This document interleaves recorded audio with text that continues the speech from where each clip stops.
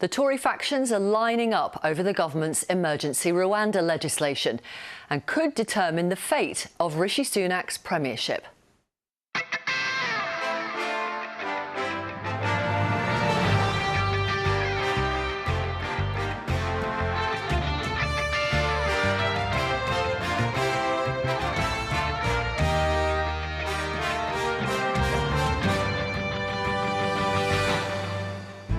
Mr Sunak is trying to save his Rwanda scheme ahead of a vote in the House of Commons tomorrow.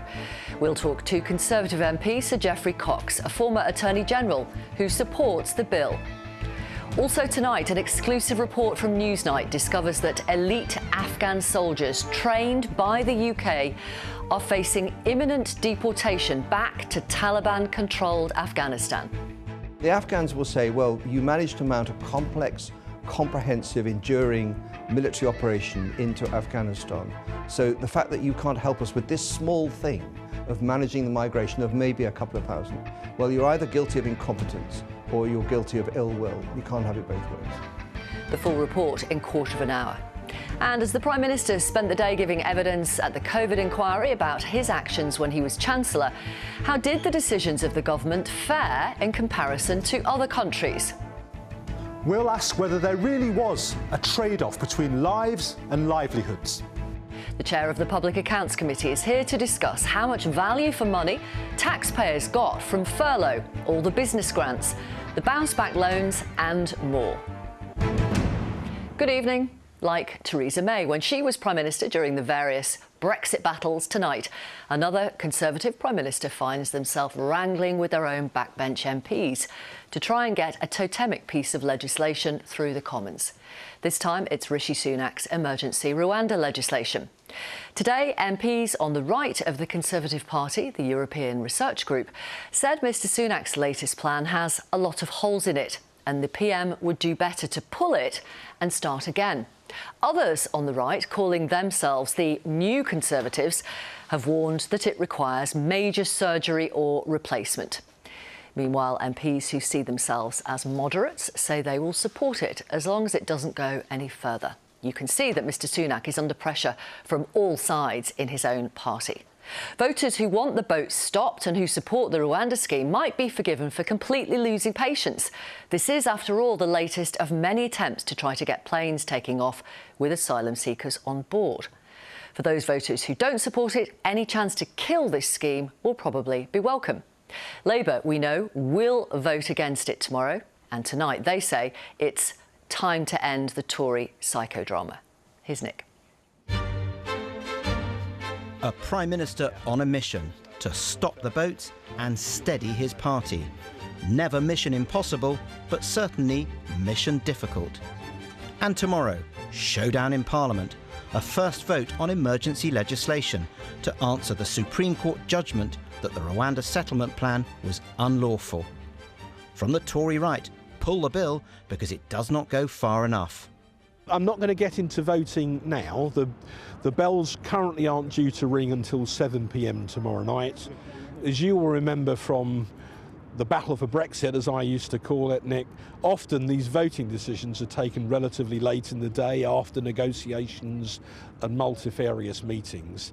I think it's early for that now, but what we did do today is drop the government a very broad hint that because the bill has a lot of holes in it, in layman's English, they'd be better to pull that legislation and come back with something which is fit for purpose. So that's not a vote, but it is a very broad hint. From the Tory left, yes to the bill, but don't move any further or risk breaking international law.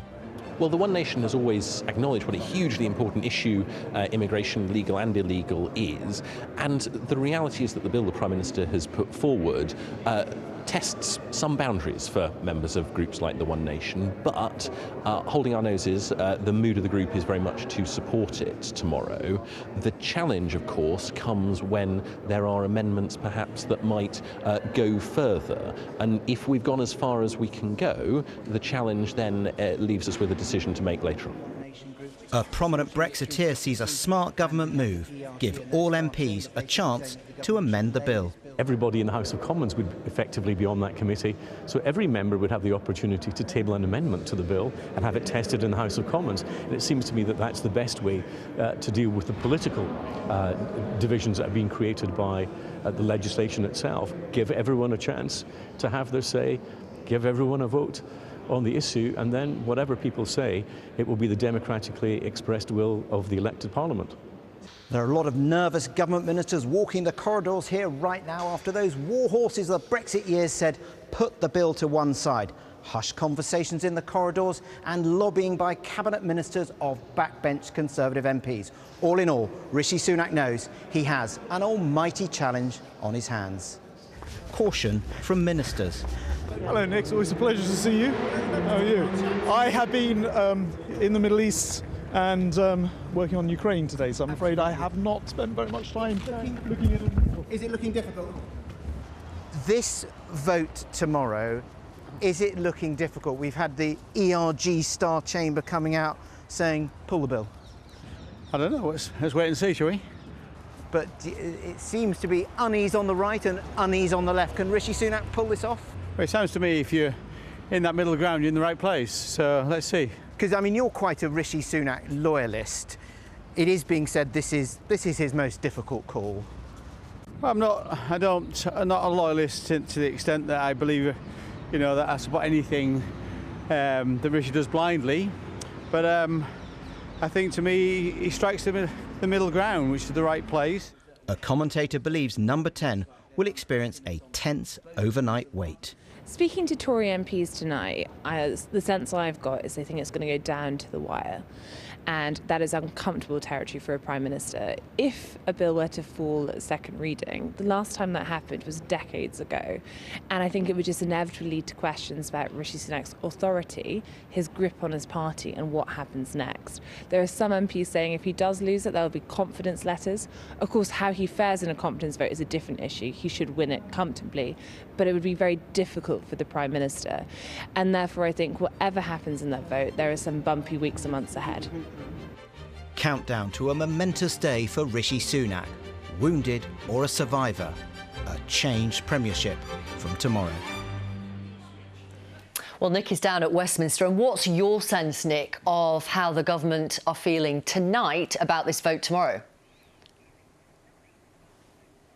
Well, Victoria, they are very twitchy and you can see it in their eyes. And there's one very simple reason for that, which is that they have been caught on the hop by the strength of the feeling on the Conservative right. You saw in my film that crucial meeting of the so-called Star Chamber of the European Research Group basically concluding, put this bill to one side. Key person in there is Sir Bill Cash, veteran Brexiteer.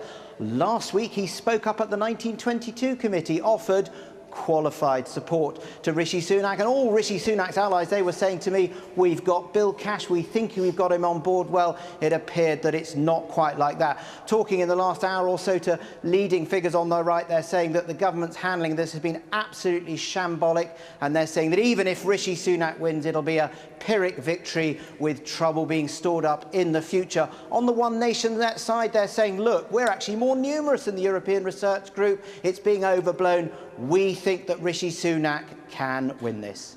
So, if the government do win, what could the next flashpoint be? Well, obviously, Victoria, we don't know what's going to happen, but first we have to consider what happens if Rishi Sunak loses. If he loses, that will be a devastating blow to his authority, and he will be in a perilous position. If he wins, how does he win? If he wins in a triumph, that's good for him. If he wins but he's bloodied, well, then it goes to the committee stage. It looks like, as Liam Fox saying, that'll be a committee of the whole House, and that will be plenty of opportunities for all sides to try and amend it.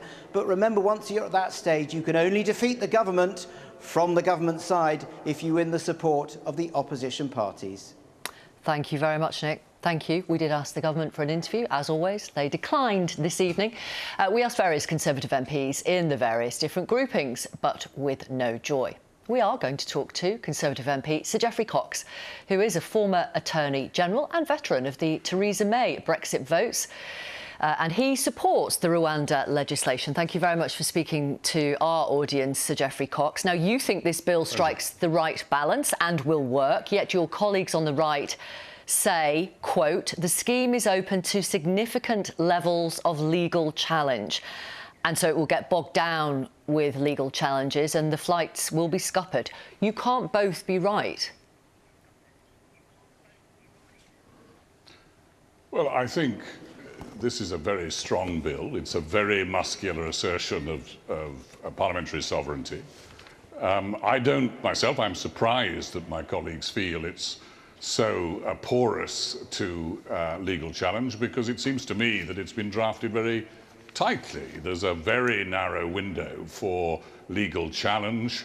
That window itself is restricted by other provisions that mean that the serious harm that somebody would have to prove that they would suffer in Rwanda couldn't, for example, be based on the differences in healthcare or differences in economic prospects and so on. So I think it's about as far as you could go without risking the complete blockage and collapse of the bill. If we go further, we will have problems with the Rwandan government, we will have problems in the House of Lords, and we could quite easily have problems in the courts. Well, on that wording of the bill allowing people to appeal against removal if there is a risk of serious, irreversible harm, the ERG's lawyers say in practice that will be much easier to overcome than the words might suggest, and that Rishi Sunak has suggested. For example, they say, through medical statements of mental health conditions which aren't easy to prove or disprove. But you see, I just don't buy that. As I said, what is missing from that analysis is that Section 4 of or Clause 4 of this bill specifically invokes the previous Illegal Migration Act, which defines serious harm as excluding things like disparity in healthcare treatment. You would have to have compelling, highly cogent evidence that there was a real, imminent and serious risk. Now, you couldn't simply cobble together some psychiatric evidence and expect a court to agree that it passed that threshold. You're a former Conservative Attorney General. Another former Conservative Attorney General, Edward Garnier, described the legislation as political and legal nonsense. A government bill declaring Rwanda a safe country is like declaring all dogs are cats. Well, I've got an enormous respect for Edward, but I don't agree with him on this issue. Parliament, I think, is perfectly entitled to conclude, after having approved a treaty, and we have to remember that the bill refers to the new treaty, which addresses one by one many of the issues the Supreme Court found troubling. For example, legal aid, legal representation, an independent monitoring committee with the right to take up individual complaints from asylum seekers in Rwanda, a whole range of safeguards that were not there at the time of the Supreme Court. So the facts have changed, and on the basis of those changed facts, I think it is perfectly legitimate for Parliament to decide that it should deem the Rwanda to be, for the purposes of removal of chosen persons to Rwanda, to be safe. That isn't to call black white, that is to recognise changed circumstances and facts. What do you say to those voters who are absolutely sick to the back teeth of Tory infighting and simply want an early general election? Well, I say on the first point of your question, I completely sympathise. It is really time that my Conservative colleagues, all of us, realise that we are one team and we must unite behind a sensible interpretation of how we implement this policy. And I believe this bill, and I'm not saying or ruling out for a minute that there may be some valuable suggestions being made in the documents published today. Those need to be looked at, and they can be looked at in committee. But we must agree on the structure of a bill. This structure seems to me, and I'm by no means namby-pamby when it comes to asserting parliamentary sovereignty, this bill seems to me to be a very good starting point. Let's see what committee brings by way way of amendments, but let's get it through second reading. Let's show the public and the British people that we are moving forward on the plan to stop these boats, which are a corrosive undermining of public trust and confidence in our entire immigration system. It needs to be addressed. This bill is at least the beginnings of doing it. Have you got absolutely any faith that the Conservative Party is going to unite when we have the ERG, the so-called Common Sense Group, the so-called New Conservatives, the One Nation caucus? There's no chance of uniting. You've already seen what some of your colleagues have said about this legislation today. Well, look, people say all kinds of things in the heat of the moment. The Conservative Party is good at coming together when its back's against the wall. What I would say to my colleagues is if we go on like this, of course we're going to switch off millions of people upon whose votes we will depend. Division will be punished, and there can be nothing to be gained by perpetuating divisions over this bill. If this Rwanda bill is defeated, maybe not tomorrow, maybe perhaps after Christmas, is it all over for Rishi Sunak? No, I don't think so for a moment. If it gets through second reading, we can have a debate on, amendments. Well, it can get through second reading tomorrow. I think it will. I think the next question is what amendments should come, and there may well be ability there to agree to certain of them. What we can't do is exclude the courts altogether. If we do that, we will make Rwanda withdraw from the agreement. It will be bogged down in the Lords, and as I say, it will unquestionably have complex challenges in the courts. Okay. By striking the balance that's been struck now, it is far more likely that we will succeed than not, in my view. You were in government last time factions of the Conservative Party were pulling in very, very different directions and stopping the government getting legislation through. That was over Brexit. Theresa May was the Prime Minister. Let's play you this clip of when you were Attorney General back then. Have a listen. What are you playing at? What are you doing? You are not children in the playground, you are legislators. Are some of your colleagues behaving as children in the playground over this? No, I don't think so. This is a really fundamental issue to many millions of people. They are upset and they are distressed that after effort upon effort to stop what is clearly an abuse of our system, we have not succeeded in doing so. If I didn't think this bill was the way forward, I have no reason to be here talking to you today. I think it is the beginnings of the way forward. We have to unite. I understand my colleagues' frustration, impatience, I share it. But this bill is the beginnings of the solution to the problem. We need to unite, improve it, but get it through. And at least we will be able to argue in the other place, in international fora, that there is a tenable and real prospect that it complies, not prospect, but real argument, real case, that it complies with our international law obligations, that it complies with reasonable access to courts, and so much more likely that will make it, that we will succeed in our objectives. If we carry out wholly unrealistic amendments to this bill, blocking off and excluding courts, we will come up against a brick wall. Parliament is part of a whole system, a constitutional system. It's the most important part, but it is not the only part. And we must have a proper regard to that in considering how this legislation should move forward. Thank you very much for being with us this evening and talking to our audience. Thank you, Sir Geoffrey Cox, Conservative MP. Thank you. Next, an investigation by Newsnight has discovered around 200 members of the Afghan Special Forces, trained and funded by the UK, face imminent deportation back to Taliban-controlled Afghanistan. The soldiers fled to Pakistan, which now says it will expel Afghan refugees. One former UK general has called it a betrayal and a disgrace.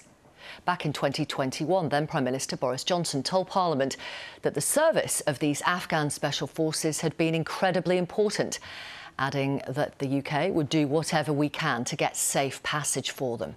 Joe Inwood has this exclusive report.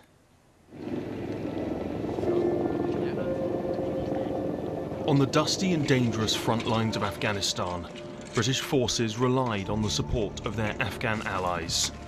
Many of those men say they have been betrayed. We are all so disappointed. We never thought that heroes would be abandoned. We work shoulder to shoulder with the shared aim of bringing security for the people of Helmand. How can people trust us in the future if we can't do the simple thing of getting people who served with us out of harm's way? These were Afghanistan's elite. Commando Force 333 and Territorial Force 444. Initially set up to combat the spiralling opium trade, they eventually became the most effective counterinsurgency force in the country.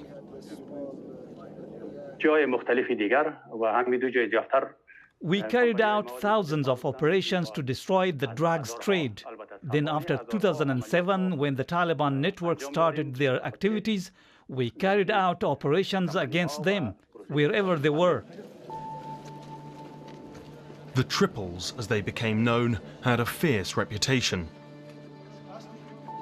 The Triples were at the front end of the UK's supported counter-terrorism operation. They did the most dangerous, the most difficult, the most important missions, accompanied by British soldiers, and did many things that British soldiers didn't do. One of the places they operated was Helmand, where Mohammed Fahim served as a district governor. The British were responsible for our security in Helmand. We ran programs shoulder to shoulder with the shared aim of bringing security for the people who lived in Helmand, giving them a good life and making peace. Mohammed paid a heavy price for his involvement with the British. His brother and 2 cousins were killed by the Taliban. In 2018, he was beaten so badly he spent nearly a month in hospital. And so, when Kabul fell, both Ali and Mohammed knew they would need to get out of the country. The Triples were amongst the last standing, helping British passport holders at the Baron Hotel, while Mohammed gathered with friends. It was the worst 24 hours of my life. I feel scared just remembering it. I didn't cry when my brother was killed, but I cried a lot that night.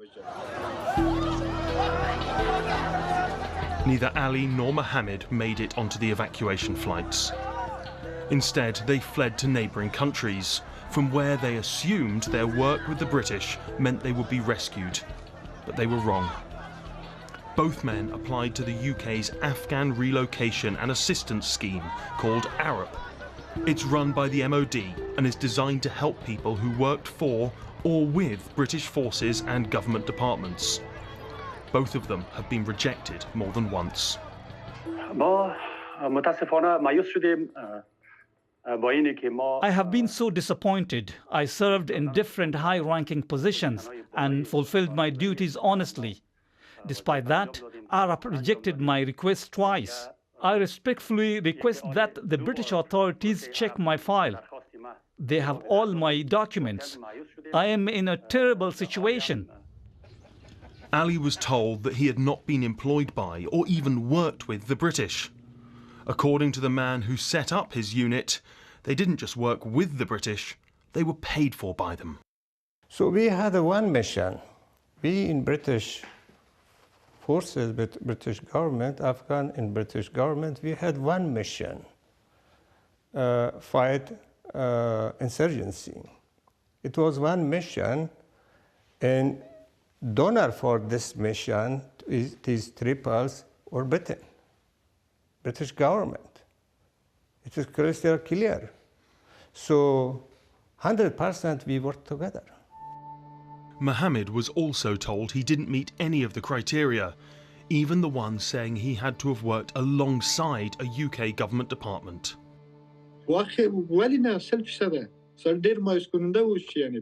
It was really disappointing, as we were told they would support their allies. I even had generals and ambassadors supporting my cause, but was rejected. And that support came in the form of this letter. Now, this is a confidential document that we've been given a copy of, and it was sent by high-ranking military and diplomatic figures to the Foreign Office. And it's calling for 32 named Afghans who worked in Helmand to be given sanctuary here in the UK because of what it called their tireless and courageous work. Now, one of the people it names is Mohammed Fahim, and one of the signatories was Sir Richard Barrons. So if you're going to object someone who was the governor of Gamshire province during the time of the British service in Afghanistan, it makes you wonder whether anybody ever satisfies the rubric of this particular scheme. This is a man who is in jeopardy, who in my mind falls under the commitment that we made to get those people out. And I haven't seen the evidence, but rejection defies common sense. It is more than 2 years since they fled the Taliban, and for both men, the clock is ticking. They are now in hiding in neighbouring countries. Their visas expired, and they are far from the only ones. I've been told there are around 200 former members of the Triple stuck in Pakistan who've been denied help by the MOD and facing imminent deportation. And they fear what will happen if they're sent back to Afghanistan. We know of many former soldiers who were recognized and have disappeared, almost certainly killed. When Iran and Pakistan deport people, the Taliban have a list and our biometric data. I was governor in Garmsir district when we arrested the famous Taliban commander. He was in background prison for 8 years, but now he is in the government. He knows that we were part of the operation when he was arrested. He is a cruel person. If they're sent back to Afghanistan, the Taliban will feel that they have been handed back some of their most fierce opponents.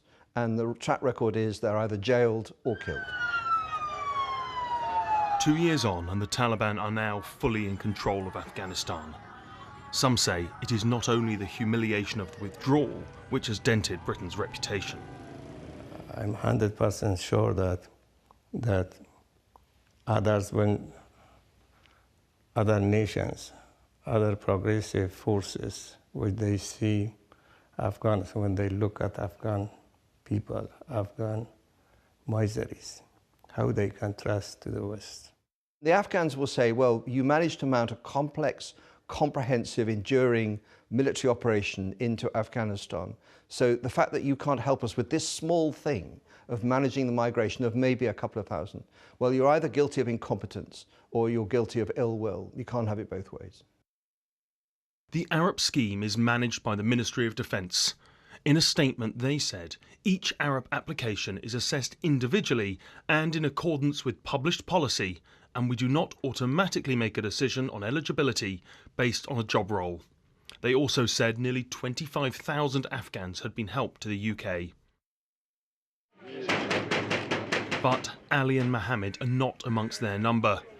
As the Pakistani authorities continue to crack down on Afghans living there illegally, the Triples are getting desperate.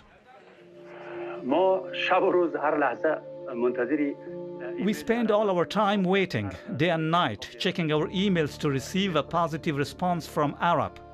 This is our only option, as there is no way we can return to Afghanistan.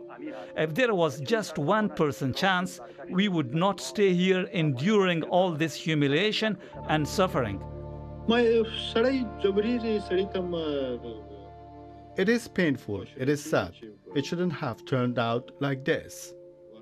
But I will not forget how we looked after one another in remote villages. With British and American soldiers, we shared our blankets during the cold. Their commander put his blanket over my shoulders. It is sweet memory for me, but it makes what happened later so disappointing.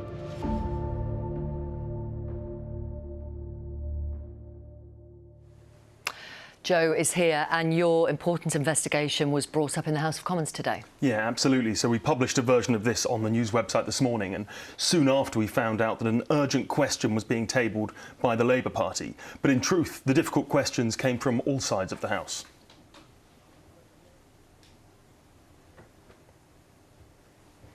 Hopefully the clip is coming. I think we're going to hear some questions. Bear with me. Here we go. On the dusty and dangerous front lines of Afghanistan, British forces relied on the support. Sorry, that's obviously the wrong clip. I'm so sorry. Well, I can reflect a couple of the Please questions. do, yes. Apologies. No, of course. So you had some from the Labour front bench, which was basically questioning the way in which the government has handled this and the kind of the measures that they're taking and the way that they're assessing, because that's really what this comes down to. Are they assessing these cases on a case-by-case basis? But then from the Conservative side as well, you've got many former soldiers there, people who are reflecting the genuine anger, I think. There was quite a sense of quiet fury you got from some of the backbenches about this, because these triples are people that some members of the Houses of Parliament have served with. And I think they were reflecting the fact that it was, I think the exact quote was, if this wasn't so tragic, it would almost be funny. And so you are finding, I think, from both sides, real anger about the way that this has been handled. Now, for the government, it was James Heappey, he's the Armed Forces Minister, who was responding. And he was at pains to point out that, as we heard in my report there, the government say they are helping Afghans.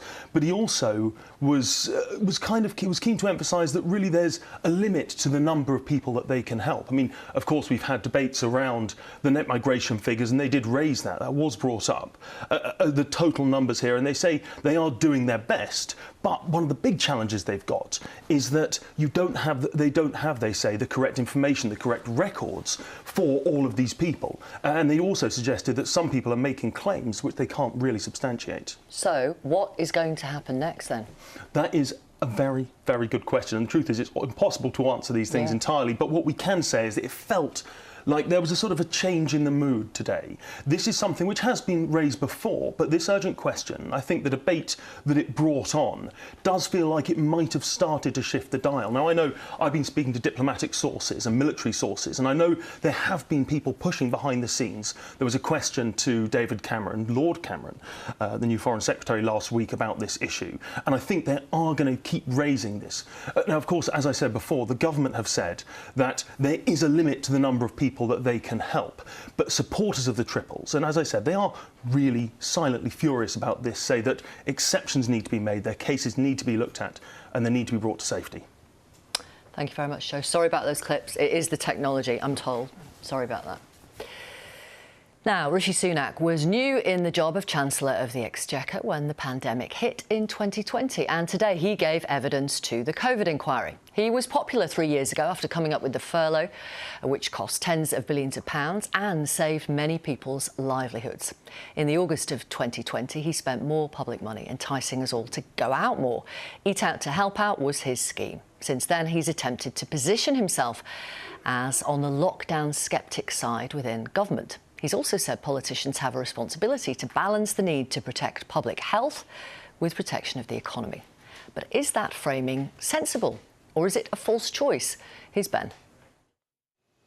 During the pandemic, did policymakers face a trade-off between protecting health and wealth, between saving lives and looking after livelihoods? Here's what Rishi Sunak said today. There were a range of impacts. Many of them socioeconomic, the impact on children's education, on mental health, on the issue in the criminal justice system, as well as the pure economic impact. And it was important that policymakers consider the totality of those. During the pandemic, a consensus emerged over time that there probably wasn't much of a trade-off, that the best way to protect the economy and everything else was ultimately to lock down and concentrate on containing the virus. But what does the evidence today suggest? Let's look at it through Newsnight's global tracker lens. Here's how the G7 economies did economically in the initial stages of the pandemic, between the end of 2019 and the middle of 2020. The UK took the biggest hit, with GDP falling by 22%. And here's the relative performance of the G7 in deaths per million. Again, the UK seems to come out worst, 3,438 deaths per million people. Put the two measures together and you have this. The UK in the top left, worst on deaths and also worse on GDP performance. Some attribute this double whammy to the UK's delay in locking down. And look at the downward sloping trend. You might look at this and conclude that countries that did better on reducing deaths also did better on protecting the economy, so that there was indeed no trade-off between the two. But we need to be careful about jumping to such strong conclusions from cross-country statistical comparisons like this. First, because there's uncertainty about how comparable the economic data is between countries. Second, because the performance on deaths depends on many complex factors, such as the underlying health of the population and the state of the health service, not just the stringency and timing of lockdowns. But be careful too of that common argument that Sweden, which didn't lock down, proves that lockdowns really do more harm than good. Researchers have looked at Sweden's performance on the economy and lives lost relative to other directly comparable Scandinavian countries which did lock down and rejected that argument. This shows Sweden, like the UK, with apparently the worst of both worlds, a bigger economic hit than its peer Scandinavian economies of Norway, Denmark and Finland, and also a worse performance on deaths. Despite the trenchant claims on both sides, the picture on lockdowns is nuanced. Recent detailed work by researchers at the Institute for New Economic Thinking using data from New York suggests the argument that lockdowns were entirely counterproductive is not justified. Yet they also argue that, in hindsight, there was a trade-off between health and wealth and that blanket lockdowns might have been a mistake. Shutdowns could perhaps have been more focused on customer-facing industries rather than covering sectors like manufacturing and construction. And many other researchers argue that the decision to close schools looks very questionable, again in hindsight, given what we know about the impacts on children's education.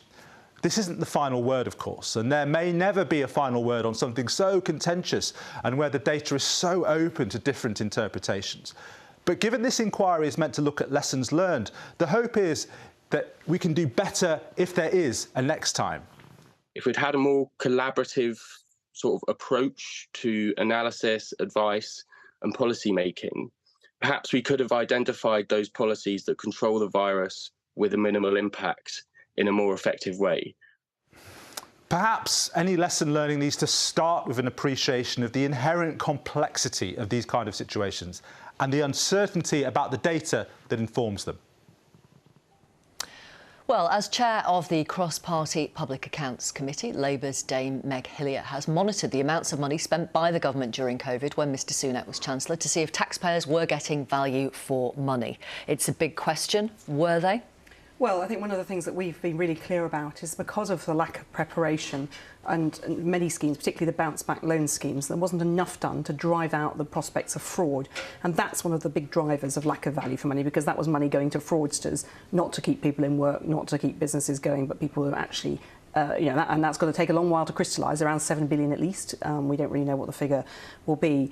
Obviously, and we were very tolerant as a committee at the beginning, certain things had to be done fast, but crucially, even at that early stage, and we were looking at this, remember, from the summer of 2020 in quite a lot of detail, there wasn't a real plan for how to balance these issues. So although there had been previously some plans for dealing with pandemics, the planning more recently had been, as has been well reported, focused on health, not really looking at the economy. So all of those moving parts mean that there were big questions about particularly the fraud elements, and that's one of our big findings. The current Chancellor, Jeremy Hunt, said just this week he was, quote, ferociously determined to recover money obtained by fraud during COVID.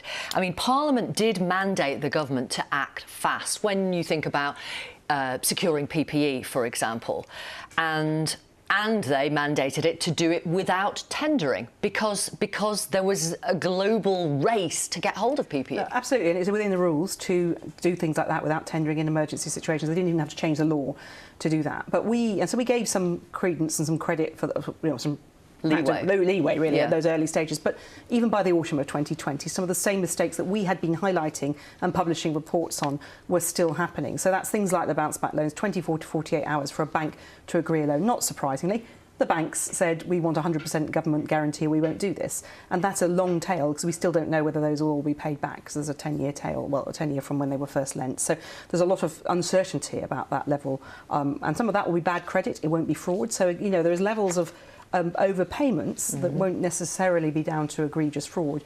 And the longer it goes on, of course, the harder it is to get that fraud. So furlough fraud now, in many cases, will be very difficult to pursue. In certain industries it's easier, but even now it would be very difficult to do that. In terms of the COVID inquiry itself, this section has now finished with the Prime Minister giving evidence today.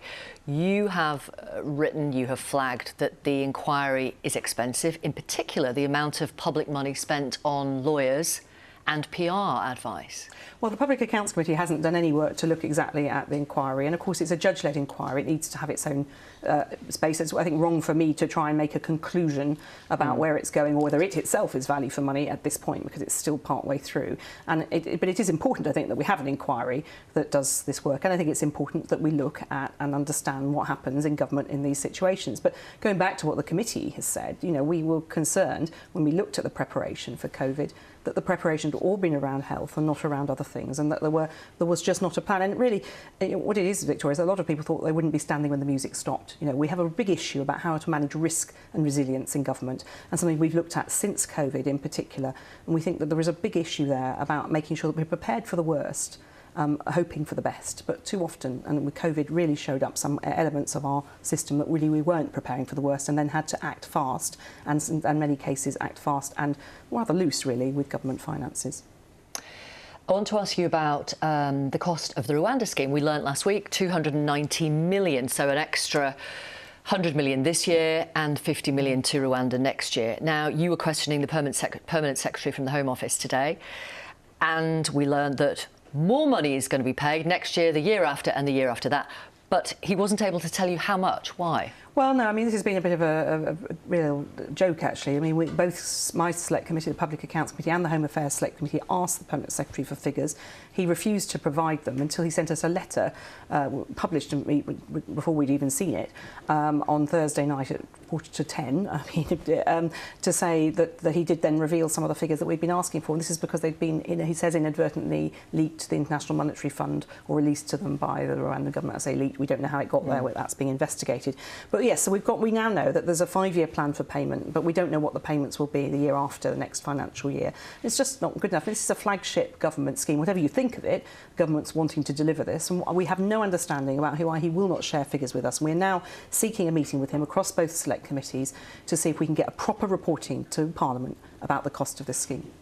Thank you very much for being with us this evening, Dame Meg Hillier. Thank you. That's all from us tonight. Sorry again for the technical problems. I'll be back tomorrow. There won't be any, I promise you. Join us for all the reaction after that Rwanda vote. Good night.